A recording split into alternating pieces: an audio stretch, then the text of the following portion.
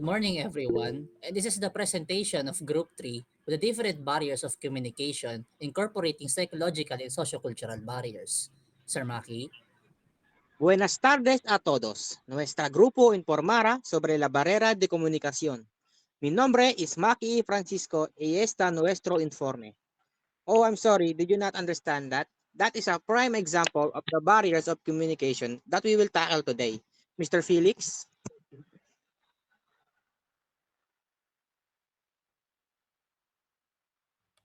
Thank you for that wonderful introduction, Mr. Maki and Mr. Sheregine.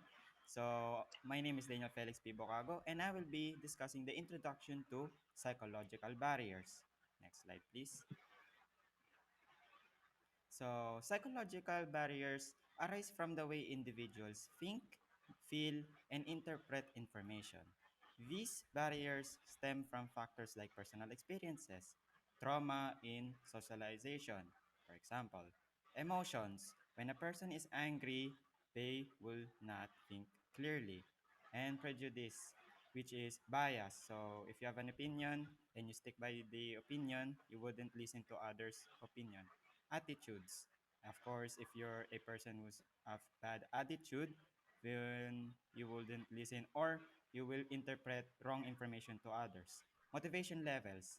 If you're in a seminar, for example, if your motivation levels are low, you could not listen to the lessons because you're not motivated to listen to the lesson. It's not something you are interested in, which influence how people perceive, remember, and respond to messages.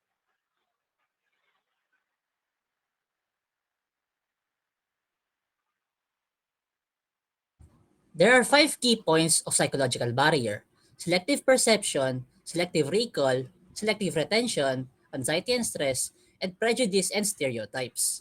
Selective perception is a tendency to focus on certain aspects of a situation while ignoring others, often based on personal biases, expectations, or past experiences. It's like people filter out information to match their existing beliefs or attitudes. For example, a football fan watching a match might only notice the fouls committed by the opposing team, while ignoring or downplaying those committed by their own team. Selective recall. It refers to the tendency to remember information that aligns with one's beliefs or experiences while forgetting or distorting information that contradicts them. For example, a student who performed poorly on an exam may remember that the only difficult questions and forget that they also struggled with some easier of the or some of the easier ones, blaming the tests for being unfair. Selective retention. It is the process where individuals remember and retain information that supports their existing beliefs and attitudes while forgetting information that challenges them. For example, a consumer who loves a particular brand may remember the only positive reviews about its products and forget any negative feedback. For anxiety and stress, it is the feeling of unease, worry, or fear, often about an uncertain future, while stress is the body's response to challenging or demanding situations. An example of this is a student preparing for a big exam might feel anxious about failing, leading to stress related symptoms like headaches, difficulty sleeping, and loss of focus. For prejudice and stereotypes, prejudice is a preconceived opinion or judgment about a person or group without sufficient knowledge or experience. However, for stereotypes are oversimplified and generalized beliefs about a group of people, often leading to bias and discrimination. An example of this is a manager might assume that the older candidates are not good with their technology and prefer to hire younger applicants even if the older candidates are highly qualified. Next.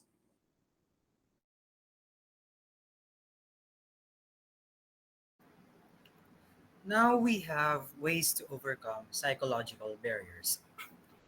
We are psychologically very ingenious creatures. In the face of any wound, we develop an array of various psychological barriers. That is why it is up to us to handle these psychological barriers and make sure it doesn't interfere. Instead, we must overcome it. First is self awareness. Practice listening. Recognizing our own biases and limiting beliefs is the first step towards overcoming them. We are flawed creatures, so none of us are perfect. Yet some of us are not too keen on the idea of accepting their flaws. If we recognize our own biases and limiting beliefs, it would help immensely on allowing us to approach situations more thoughtfully and strive for fairness and objectivity in our interactions and decisions.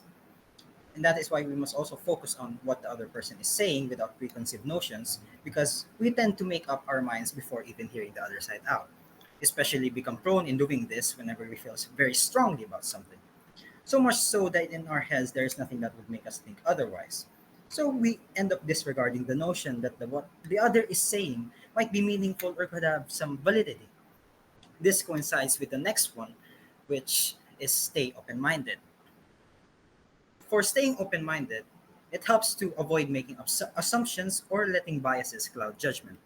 Staying open minded will help us allow to be able to actively listen on the other on an objective level.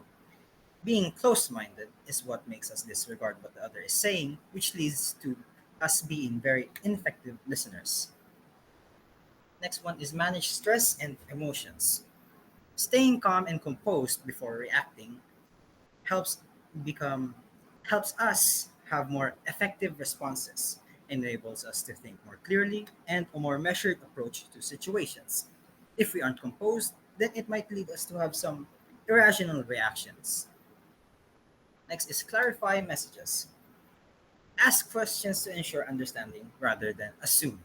It's better to have the whole picture than a misconstructed view of what the other is talking about. And lastly, we have encourage constructive dialogue, will where where we should be willing to listen and consider different perspectives. When we firmly believe in something, it can be hard to consider something different from what we have always thought. But when you learn to take other perspectives into account, learn to consider the other side will help you grow more maturely and develop one's capability to learn from encounters.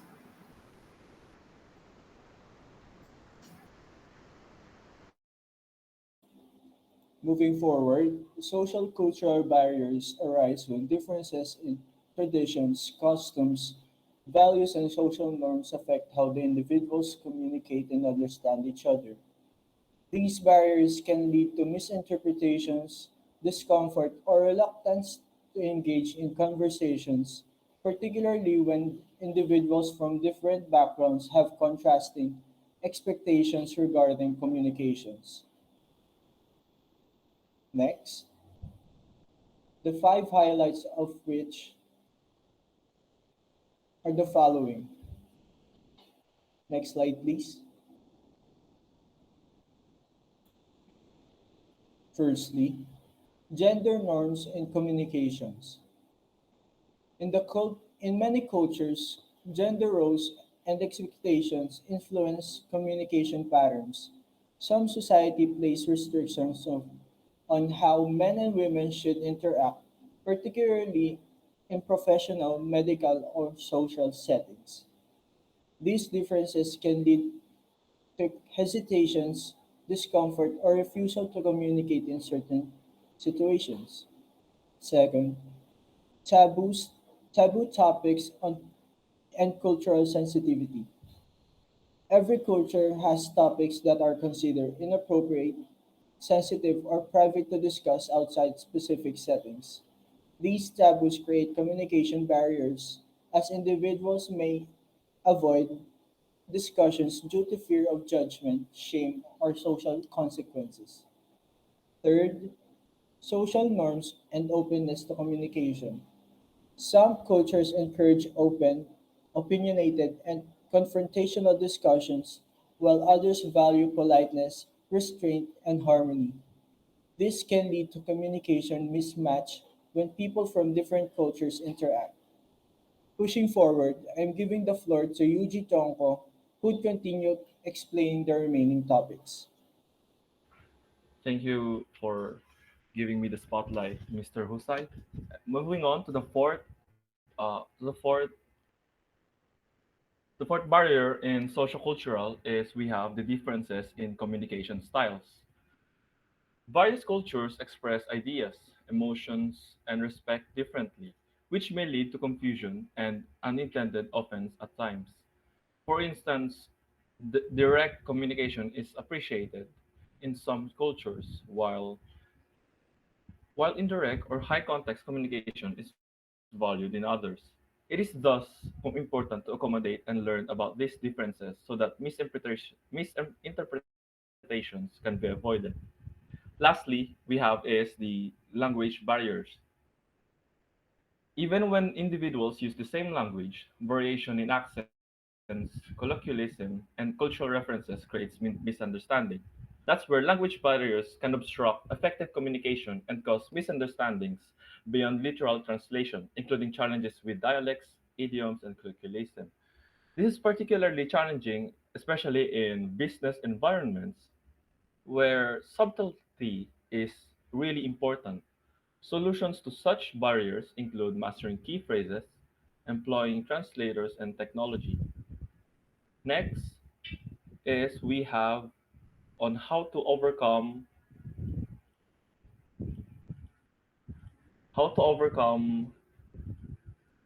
social cross-cultural communication. Successful cross-cultural communication needs to understand, be adaptable, and open-minded in order to overcome differences and create meaningful connections. Through developing cultural awareness, respecting individual differences, and varying communication approaches, one can transcend barriers and create more robust relationships in diverse settings. So first we have is the develop cultural awareness. Understanding and respecting cultural differences helps foster inclusivity and prevents misunderstandings when interacting with people from diverse backgrounds. By learning about different traditions, customs, and beliefs, you can build stronger relationships and promote harmony in a multicultural environment. Second, ways to overcome is to adapt communication styles. Being flexible in communication ensures that your message is understood, regardless of cultural differences in language. Adjusting your approach, whether by simplifying your language, using nonverbal cues, or being mindful of your personal space, can really help to bridge communication effectively. Third way to overcome is encourage open mindedness. Avoiding quick judgment allows for better understanding and respect for other perspectives, reducing the risk of cultural bias. Seeking clarification when something is unclear shows a willingness to learn and fosters meaningful, respectful interactions. For the remaining topics, I'll gladly give the floor to Mr. Cedric Manrique. Hello, I'm Cedric, and I'm here to continue where Mr. Chonko left off and tell you the rest of the ways to overcome, starting with number 4, which is to develop cultural awareness. Actively learn about the different cultures and their perspectives while avoiding preconceived notions. Basically, avoid stereotypes when talking to people. For the fifth one, we have respect individuality. Show respect for diverse customs through appropriate greetings and gestures. Essentially, respect a person's own wishes, their own beliefs. Now, for number 6, we have listen attentively. Practice two-way communication. Paying close attention to both verbal and nonverbal messages. Listen to people. Don't just go to a person who is talking and go squirrel. For number 7, we have be patient. Clarify any misunderstandings and be willing to repeat conversations if needed. For number 8, we have adapt communication styles. Understand and adjust to various communication preferences to minimize friction. For number 9, we have utilize nonverbal communication. Recognize body languages and nonverbal cues that can differ from person to person or cultures. And lastly, develop relationships. Build rapport and trust with others. Take the time to learn about the culture. And now, To summarize, we have Mr. Maki Francisco. Thank you for that explanation, Mr. Cedric. Now let us proceed to the summary.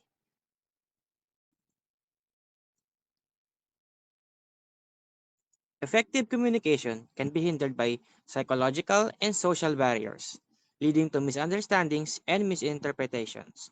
Psychological barriers arise from emotions, biases, attitudes, anxiety, and selective perception, all of which influence how individuals interpret and recall messages. Personal experience and mental states shape responses, sometimes distorting the intended meaning of a conversation. Next slide, please. On the other hand, cultural barriers stem from differences in traditions, gender roles, social norms, and communication styles. What is acceptable or expected in one culture may not be the same in another, making cross cultural interactions challenging and sometimes uncomfortable. To overcome these barriers, individuals should practice active listening, develop cultural awareness, remain open minded, and use clear, respectful communication. By fostering mutual understanding and adaptability, people can bridge these gaps and improve the effectiveness of their interactions. That is it for the summary, and now let us proceed to the members, and that is all. Thank you.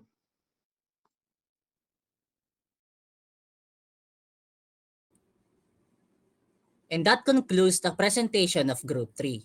Thank you for listening and goodbye.